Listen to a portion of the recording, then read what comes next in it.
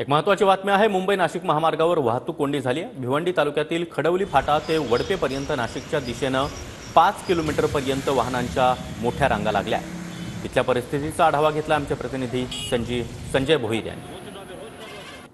मुंबई नाशिक महामार्ग सध्या वाहतूक कोंडीने बेजार झालेला आहे आणि या वाहतूक कोंडीचा त्रास संपूर्ण वाहन चालक असतील, नागरिक असतील, प्रवासी असतील, या सर्वांनाच भोगावा लागतोय।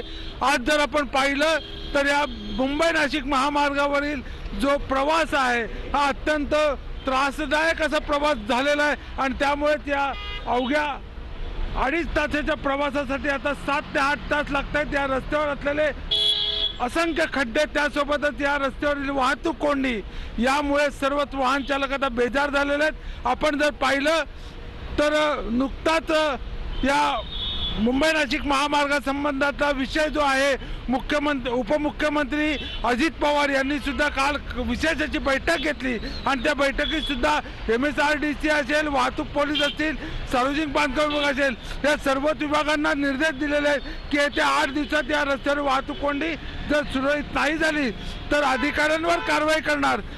संजय भोईर, TV9 मराठी।